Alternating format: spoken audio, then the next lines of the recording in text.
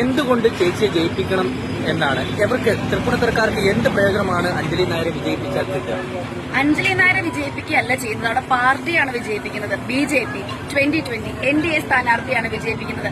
ഒരു കാര്യം പറയട്ടെ, എന്റെ പൊന്നു ചേച്ചി, നിങ്ങൾ BJPക്ക് വേണ്ടിയാണ് വോട്ട് പിടിക്കുന്നത് എന്നാണ് പറയുന്നതെങ്കിൽ എന്റെ പൊന്നുമക്കളെ നിങ്ങൾ നോർത്ത് ഇന്ത്യയിലേക്ക് എന്തായാലും നോക്കണം. വ്യക്തികൾക്കാണ് വോട്ട് വാങ്ങുന്നതെങ്കിൽ പിന്നെയും പറയാം, വ്യക്തികൾക്കാണ് വോട്ടുകൾ വാങ്ങുന്നത്, അവരിങ്ങനെയൊക്കെ ചെയ്യുന്നത്. അല്ലെങ്കിൽ ഇവരൊക്കെ എന്തൊക്കെ ചെയ്യുന്നു? ഇവർ തേങ്ങാക്കൊലും ചെയ്യുന്നില്ല. ഇവരിപ്പോൾ ആദ്യമായിട്ടാണ് ഇതൊക്കെ ഒന്ന് പഠിക്കട്ടെ എന്ന് പറഞ്ഞാൽ വന്നത്. പഠിച്ച ആളുകൾക്ക് ഒരു കാര്യമില്ല, പുതിയ ആളുകൾക്കൊക്കെയാണ് അവിടെ അവസരം കൊടുക്കുന്നത്. നമ്മൾ ഇന്റർവ്യൂ ഒക്കെ നടക്കുന്ന സമയത്ത് എക്സ്പീരിയൻസ് വല്ലതും ഉണ്ടോ ചോദിക്കും. ഇല്ല എന്ന് പറഞ്ഞാൽ പൊക്കോ പറയും. ഇവിടെ എക്സ്പീരിയൻസ് വല്ലതും ഉണ്ടോ? ഇല്ല, റീൽസ് ചെയ്യാറുണ്ട് അന്നവാ എന്ന് പറയുന്ന അവസ്ഥയാണ്. എന്തിലോട്ടെ. എന്നാൽ ഈ BJPക്ക് വേണ്ടിയാണ് വോട്ട് വാങ്ങുന്നതെങ്കിൽ പൊന്നു മക്കളെ, എനിക്ക് കുറച്ച് നഗ്ന സത്യങ്ങൾ തുറന്ന് കാണിക്കേണ്ടി വരും. ചാച്ചിക്ക് വേണ്ടി വോട്ട് ചോദിക്കുക. എന്തായാലും ചക്കയും താമരയൊക്കെ ഒന്നാണെന്നല്ലേ പഠിച്ചു വെച്ചിട്ടുള്ളത്. ചക്കയും താമര രണ്ടാണെന്ന് നമ്മൾ പറഞ്ഞുതരാം. ഈ രണ്ട് ശക്തികൾ കൂടുമ്പോൾ അവിടെ ഒരുപാട് വലിയ വികസനങ്ങളാണ് ഇവർക്ക് വന്നു ചേരുന്നത്. അതിന് ഞാനൊരു കാരണക്കാരി മാത്രമാണ്. അപ്പൊ അതുകൊണ്ട് അഞ്ജലി നായരെ എന്തുകൊണ്ട് വിജയിപ്പിക്കുന്നു എന്നുള്ളത് നോക്കണ്ട, എന്റെ പിന്നിലുള്ള ശക്തിയെ നോക്കിയാൽ മതി. പിന്നിലുള്ള ശക്തിയാ? എന്ത് ഈ രണ്ട് വലിയ ശക്തികളും ചേരുമ്പോ എന്തുണ്ടയാണ്? രണ്ട് വളി ചേരുമ്പോ എന്തുണ്ടാവും? ഒന്നും ഉണ്ടാവില്ല, അത്രേ ഉള്ളൂ. ഒരു തേങ്ങാക്കലും ഉണ്ടാവില്ല. ആളുകൾക്ക് ദുർഗന്ധ സഹിക്കാൻ പറ്റില്ല. വേറെ എന്ത്? ചേച്ചി, ആ ശക്തി എന്താണെന്ന് മറ്റൊരു ചേച്ചി പറഞ്ഞു തരും. ഇതറിയാത്ത ആളുകൾ ഉണ്ടെങ്കിൽ ഒന്ന് കണ്ടോളി. 2024 ഈ തെരഞ്ഞെടുപ്പിൽ BJP നേതാക്കന്മാർ ഒന്നാകെ അലറി വിളിച്ചു പറഞ്ഞുകൊണ്ടിരിക്കുന്ന ഒരു വാക്കുണ്ട്, ഗ്യാരണ്ടി. എന്താണ് BJP മുന്നോട്ട് വെച്ച ഗ്യാരണ്ടി? അത് നടക്കുമോ ഇല്ലയോ എന്ന് നമുക്ക് നോക്കാം. 2014 മൻമോഹൻ സിംഗ് അധികാരത്തിൽ നിന്നൊഴിയുമ്പോൾ പെട്രോളിന്റെ വില ലിറ്ററിന് 71 രൂപ. അന്ന് ക്രൂഡ് ഓയിൽ രാജ്യാന്തര മാർക്കറ്റിൽ ബാരലിന് $113. എക്സൈസ് നികുതി വേണ്ട എന്ന് വെച്ച് പെട്രോളിന്റെ വില 72 രൂപയിൽ പിടിച്ചു നിർത്തിയതാണ് ഡോക്ടർ മൻമോഹൻ സിംഗ്. പക്ഷേ അന്ന് മോദി ആർത്തു വിളിച്ചു, എനിക്ക് 50 ദിവസം തരൂ, പെട്രോളിന്റെ വില ഞാൻ 50 രൂപയാക്കി തരാം. ജനം അത് വിശ്വസിച്ചു, വോട്ട് ചെയ്തു. पेट्रोल के दाम कम हुए कि नहीं हुए? डीजल के दाम कम हुए कि नहीं हुए? आपका फायदा हुआ कि नहीं हुआ? अगर मोदी का नसीब देश की जनता के काम आता है तो इससे बढ़िया नसीब की बात क्या होती है? അല്ല, തീർച്ചയായിട്ടും 2 മാസം കഴിയുമ്പോ 50 രൂപയ്ക്ക് ഡീസൽ കിട്ടുമ്പോ 50 രൂപയ്ക്ക് പെട്രോൾ കിട്ടുമ്പോ ഓട്ടോറിക്ഷക്കാരൻ ജനങ്ങൾ അങ്ങനെയാണ് പറഞ്ഞത്. ഞാൻ ചോദിക്കട്ടെ വിനോദ്,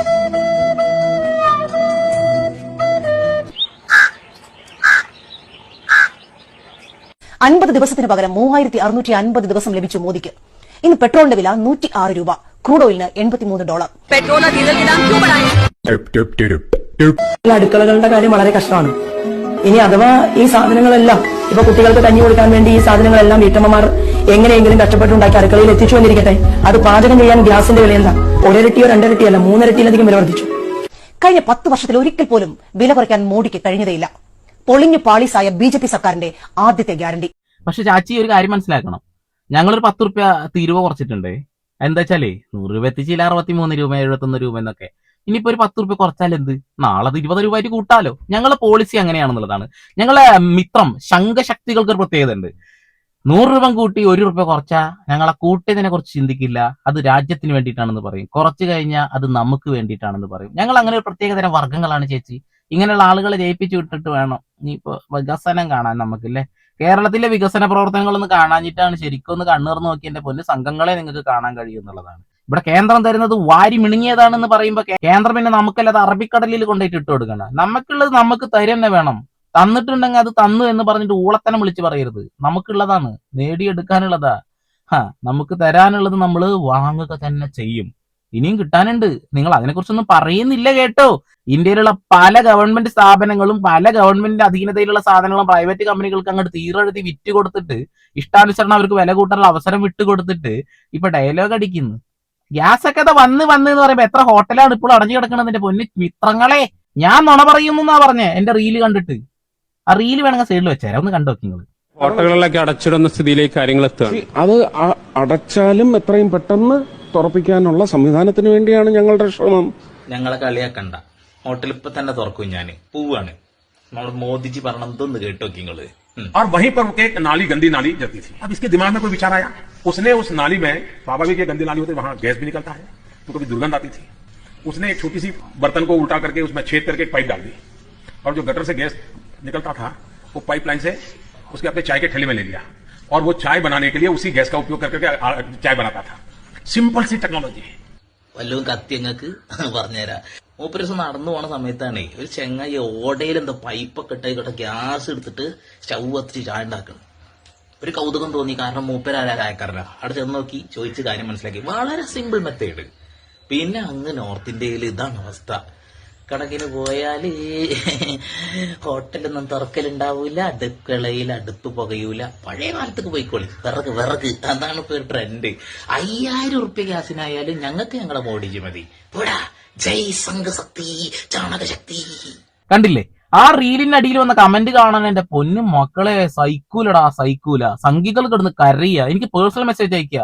അവിടെ നിന്ന് 40,000 ക്യൂബിക് ലിറ്റർ തേങ്ങാക്കൊല അയച്ചിട്ടുണ്ട്, ഗ്യാസ് അയച്ചിട്ടുണ്ട്, പെട്രോൾ അയച്ചിട്ട്, ഡീസൽ അയച്ചിട്ടുണ്ട് എന്നൊക്കെ പറയുന്നുണ്ട്. ഓക്കെ, എന്തോ ഭാഗ്യം കൊണ്ട് പെട്രോളിനൊന്നും വലിയ പ്രശ്നമില്ലാതെ തന്നെ പോകുന്നുണ്ട്. പക്ഷെ ഗ്യാസിന്റെ അവസ്ഥ, ഗ്യാസിന് വില കൂടി, ഗ്യാസ് കിട്ടാനില്ല. അതുകൊണ്ടൊക്കെ തന്നെ ചായക്ക് 15 ഉറുപ്പ്യ വരെ കൊടുക്കേണ്ട അവസ്ഥ വരുന്ന ചില ആളുകൾ തീ കത്തിച്ചിട്ട്, അടുപ്പ് കത്തിച്ചിട്ട്, എന്റെ പൊന്നെ കഷ്ടപ്പാടും ദുരിതാണ്. ചായ ഒന്നും കുടിക്കാൻ പറ്റാത്ത അവസ്ഥയാണ് പല കടയിലും. പല കടയിലും എന്താ വെച്ചാൽ ഈ പുക മണക്കുന്ന രുചി വരുന്ന ചായകളാണെന്നുള്ളതാണ്. അയ്യോ, വിഷയത്തിന് എഴുതി മാറണ്ട. നമുക്ക് നോർത്ത് ഇന്ത്യയിലുള്ള കുറെ ആളുകൾ മുസ്ലിങ്ങളെ എന്ത് രീതിയിലാണ് കാണുന്നു കൂടി കാണിച്ചു തരാവേ. ये देश हिंदू राष्ट्र है और हिंदू राष्ट्र रहेगा. हिंदू मुस्लिम, हिंदू मुस्लिम, हिंदू मुस्लिम, हिंदू मुस्लिम. मुसलमान हिंदुओं के साथ नहीं रह सकता, तो क्यों रखा है इस देश में? यार ये सबसे बड़ी समस्या ये मुसलमान है. बस देश से ये खत्म हो जाए तो सारी समस्या खत्म हो जाए. पता नहीं मोदी जी समस्या का समाधान कब करेंगे. अरे अंकल, आपको पेंशन नहीं मिल रही मोदी की वजह से, बच्चों को रोजगार नहीं मिल रहा मोदी की वजह से, क्राइम बढ़ रहा है बेरोजगारी की वजह से, बेरोजगारी बढ़ रही है मोदी की वजह से, शिक्षा महंगी मोदी की वजह से, इलाज महंगा मोदी की वजह से, तेल सिलेंडर खाने पीने की चीजें महंगी मोदी की वजह से. बताओ, आपकी समस्या मुसलमान है या मोदी? अरे बेटा, इतना तो कभी सोचा ही नहीं. वो टीवी में तो साथ ही. हाँ बिल्कुल अंकल, टीवी में यही दिखाया जाता है ताकि आप लोग कभी अपनी असली समस्याओं के बारे में, देश की असली समस्या के बारे में सोच ही ना पाओ, मोदी की नाकामियों के बारे में सोच ही ना पाओ, मोदी से कभी सवाल पूछ ही ना पाओ.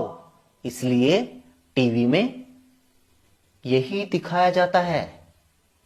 മുസ്ലിം മുസ്ലിം മുസ്ലിം, വേറൊന്നും പറയാനില്ല. ഇവരുടെ നേരെ ഇങ്ങനെ അക്രമങ്ങൾ അഴിച്ചുവിടാൻ അവസരം കൊടുത്തുകൊണ്ടിരിക്കുക. നരേന്ദ്രമോദി ഇവിടെ കാണിച്ചു കൂട്ടുന്ന കോപ്രായത്തരങ്ങൾ നമുക്ക് ജീവിക്കാൻ കഴിയാത്ത രീതിയിൽ ആക്കിയതിനെ കുറിച്ചൊരു മണകുണാഞ്ചിനും മിണ്ടാനില്ല. ഇവിടെയുള്ള മാധ്യമങ്ങളും മിണ്ടുന്നില്ല എന്നുള്ള, സോഷ്യൽ മീഡിയയിൽ കുറച്ച് ചങ്കൂറ്റമുള്ള ചങ്കുറപ്പുള്ള കുറെ ആണുങ്ങൾ മാത്രമാണ് ഇതിനെതിരെ പ്രതികരിക്കുന്നത് എന്നുള്ളത്. ബാക്കി ആരും പ്രതികരിക്കുന്നില്ല, മിണ്ടാതൊരു മൂലയിൽ ഇരിക്കുന്നു എന്നുള്ളതാണ്. മുസ്ലിം മുസ്ലിം മുസ്ലിം മുസ്ലിം വിരോധം അങ്ങനെ അടിച്ചേൽപ്പിക്കുകയാണ്. PC ജോർജിനെ പോലെയുള്ള കുറെ കൂതറ നികൃഷ്ട ജീവികൾ കാണിച്ചു കൂട്ടും നമ്മൾ കാണുന്നുണ്ട് എന്നുള്ളതാണ്. ഈ കേരളത്തിലുണ്ട് എന്നുള്ളതാണ്. ഒരുപാട് നിയോജക മണ്ഡലത്തിലേക്ക് മുസ്ലിങ്ങളെ മാത്രം ജയിപ്പിച്ചു വിടുന്നു. അവിടെ മുസ്ലിം മുസ്ലിം മുസ്ലിം എന്ന നാമങ്ങൾ തന്നെയാണ് BJPക്ക് പറയാനുള്ളത്. മുസ്ലിം എന്നല്ല നമ്മൾ പറയേണ്ടത്, മോദി എന്നാണ് പറയേണ്ടത്. എടോ മോദി, ഞങ്ങൾക്ക് ജീവിക്കണമെടോ എന്ന് തുറന്നു പറയാനുള്ള അവകാശം നമുക്കുണ്ട്, അധികാരം നമുക്കുണ്ട്, അതിനുള്ള മൗലിക അവകാശം നമുക്കുണ്ട്. അത് ഉറക്കെ പറയുക എന്നുള്ളതാണ്. നരേന്ദ്രമോദി അധികാരത്തിൽ വരുന്ന സമയത്ത് നമുക്ക് ജീവിക്കാൻ കഴിയുമായിരുന്നു. ഇന്ന് അതിന് കഴിയാത്ത അവസ്ഥയിലേക്ക് പോകുന്നു എന്നുള്ളതാണ്. കൂലി അങ്ങ് കൂടിപ്പോയി. കൂലി തരാൻ ആളുകളുടെ കയ്യിൽ ഇല്ലതാനും. മൂല്യം എത്രയാണെന്ന് അറിയോ ഇന്ന് ഡോളറിന്റെ ഒക്കെ? ഞാൻ പറയുന്നില്ല. ഇത്രമാത്രം വകതിരിവില്ലാത്ത ഒരു കൂട്ടം എണ്ണം ഇന്നും BJPയിൽ ഉണ്ട് എന്നുള്ളതാണ് എന്നെ അതിശയിപ്പിക്കുന്നത് എന്നുള്ളതാണ്. എന്റെ പൊന്നുമക്കളെ, മുസൽമാൻ ക്രൈസ്തവൻ എന്നൊക്കെ പറഞ്ഞുകൊണ്ട് ഇവര് തമ്മിലടിപ്പിക്കുന്നത് നമ്മൾ കാണുന്നില്ലേ? ഇവിടെ ക്രിസ്മസ് ദിനങ്ങളിൽ അവരെ അതിക്രമിക്കുന്നത് നമ്മൾ കാണുന്നില്ലേ? സിസ്റ്റർമാർക്ക് ബൈബിളുമായിട്ട് റോഡിലൂടെ നടന്നു പോകാൻ പോലും കഴിയാത്ത അവസ്ഥയിലേക്ക് പോകുന്നത്, അതപ്പതിക്കുന്നത് നമ്മൾ കാണുന്നില്ലേ? പല കോടതികളും ക്രൈസ്തവർക്കെതിരായിട്ടുള്ള പല കാര്യങ്ങളും പറയുന്നത് നമ്മൾ കേട്ടു. അതായത് സത്യവിശ്വാസത്തെ കുറിച്ച് പറയുമ്പോൾ മറ്റുള്ള ആളുകളുടെ വിശ്വാസങ്ങളും സത്യമല്ലേ എന്നൊക്കെ പറഞ്ഞുകൊണ്ട്, ഞാനത് അലഹാബാദ് കോടതിയുടെ ഒരു റിപ്പോർട്ട് കണ്ടിട്ടുണ്ടായിരുന്നു. വളരെ മോശപ്പെട്ട രീതിയിലാവുന്നു എന്നുള്ളതാണ്. ജനാധിപത്യ രാജ്യമാണ്, നമുക്ക് മൗലിക അവകാശങ്ങളെല്ലാം ഉണ്ട്. ഇഷ്ടമുള്ള മതം സ്വീകരിക്കാനും ഇഷ്ടമുള്ള മതം പ്രചരിപ്പിക്കാനും നമുക്ക് അവകാശമുണ്ട്. ഇഷ്ടമുള്ളത് ഇഷ്ടം പോലെ ചെയ്യാൻ നമ്മുടെ ഭരണഘടന അനുവദിക്കുമ്പോൾ, അവരുടെ ഇഷ്ടാനുസരണം നമ്മളെ കഷ്ടപ്പെടുത്തുമ്പോൾ നമ്മൾ കൈയും കെട്ടി നോക്കി നിൽക്കാൻ പാടില്ല. ഈ വിരൽ ഉപയോഗിച്ച് അതിന് മറുപടി കൊടുക്കണം. താമരക്കും ചക്കക്കൊക്കെ വോട്ട് ചെയ്യാൻ നേരത്തെ നിങ്ങൾ ആലോചിക്കണം, ഈ കേരളം അത്ര സുന്ദരമാക്കിയത് ഇടതുപക്ഷവും UDFും ചേർന്നുകൊണ്ടാണ് എന്നുള്ളത്. അതിനെ എതിർക്കുന്ന ആളുകൾ ഉണ്ടാകാം. നിങ്ങളൊന്ന് ആലോചിക്കുക. നിങ്ങൾ നോർത്ത് ഇന്ത്യയിലേക്ക് മാത്രം ഒന്ന് പാളി നോക്കിയാൽ മതി. ഞാൻ അമേരിക്കയിലേക്ക് നോക്കാനോ ക്യൂബയിലേക്ക് നോക്കാനോ ഒന്നും അല്ല പറയുന്നത്. ഈ ഇന്ത്യയിലുള്ള മറ്റ് സംസ്ഥാനങ്ങളെ ഒന്ന് നോക്കിയാൽ മതി. നമ്മൾ എത്ര മുന്നിലാണെന്ന് മനസ്സിലാവും. ഇനി എന്താണ് ഇവർക്ക് ഈ ഭ്രാന്ത് പിടിച്ച കാണിക്കാന്ന് കൂടി കാണിച്ചു തരാം. ഒരു പള്ളിക്ക് മുന്നിൽ കുറെ സംഘി ചാണകങ്ങൾ കാണിക്കുന്നത് കണ്ടോക്കി.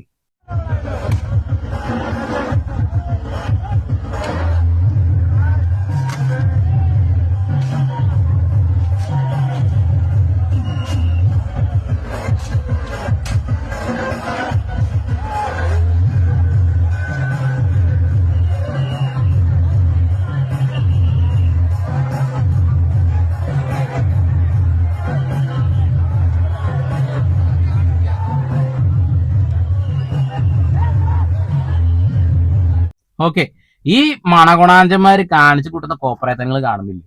നമ്മുടെ നാട് നശിപ്പിച്ചില്ലാണ്ടാക്കി നായിക്കാട്ടങ്ങളൊക്കെ പറയും. നമ്മുടെ കേരളത്തിന് വന്നിട്ട് ഇമാതിരി ഊളത്തരം കാണിക്കുന്നുണ്ടെങ്കിൽ നമ്മൾ ഈ വിരൽ കൊണ്ട് ഉത്തരം പറയുക വേണം. 113 സീറ്റിൽ കഴിഞ്ഞ മത്സരിച്ചു, ആനമുട്ട കിട്ടി. നമുക്ക് ആമമുട്ട തന്നില്ലേ? ആമമുട്ട തന്നെ നമുക്ക് കിട്ടിയത്. അതേ ആമമുട്ട തന്നെ നമുക്കത് നിലനിർത്താൻ പറ്റുമോ നോക്കുക, അത്രേ പറയുന്നുള്ളൂ. ഇവിടെ ഹിന്ദുവും ക്രൈസ്തവനും ഇസ്ലാമും എല്ലാവരും ഒന്നാണ്. നമ്മളെ വിഘടിപ്പിച്ചത് ഈ നരേന്ദ്രമോദി അധികാരത്തിൽ വന്നതോട് കൂടിയിട്ടാണ്. അത് മനസ്സിലാക്കിയാൽ മുന്നോട്ട് അടിപൊളിയായിട്ട് പോകുക. നരേന്ദ്രമോദി ഇവിടെ വന്നിട്ട് കുറെ ഊളത്തരങ്ങൾ പറയുന്നുണ്ട്, നമുക്ക് തൊഴിലില്ലായ്മയുണ്ട്, അതുകൊണ്ട് ഇവിടുന്ന് കയറി പോകുന്നു എന്നുള്ളത്. എന്റെ പൊന്ന് മോദി ചേട്ടായി, നിങ്ങൾ അധികാരത്തിൽ വന്നതിന് ശേഷം മൂല്യം ഇങ്ങ് ഇടിഞ്ഞിട്ടുണ്ട് രൂപയുടെ. പുറത്തു പോയി സമ്പാദിച്ചാല് അവിടെ നിന്ന് കിട്ടുന്ന ശമ്പളം ഇവിടേക്ക് ഇരട്ടിയാ. അങ്ങോട്ട് അയച്ചു കൊടുക്കാൻ വളരെ എളുപ്പ. നിങ്ങൾ അധികാരത്തിൽ നിന്ന് മാറുന്ന സമയത്ത് ആ ഫണ്ട് ഉപയോഗിക്കാൻ കഴിയുമെന്നുള്ള വിശ്വാസം കൊണ്ട് തന്നെയാണ്, ഒരു തർക്കത്തിൽ വേണ്ട. അപ്പൊ എനിക്ക് ഒന്നേ പറയാനുള്ളൂ, വോട്ട് ചെയ്യുമ്പോൾ പൊന്നു മക്കളെ പൊട്ടത്തരം കാണിക്കരുത്, ഊളത്തരം കാണിക്കരുത്, നന്മയ്ക്കൊരു വോട്ട്. വീണ്ടും വരെ പുതിയ വാർത്താവിശേഷങ്ങളുമായി സന്ദീപ് പോൾ സൈനിങ് ഓഫ്.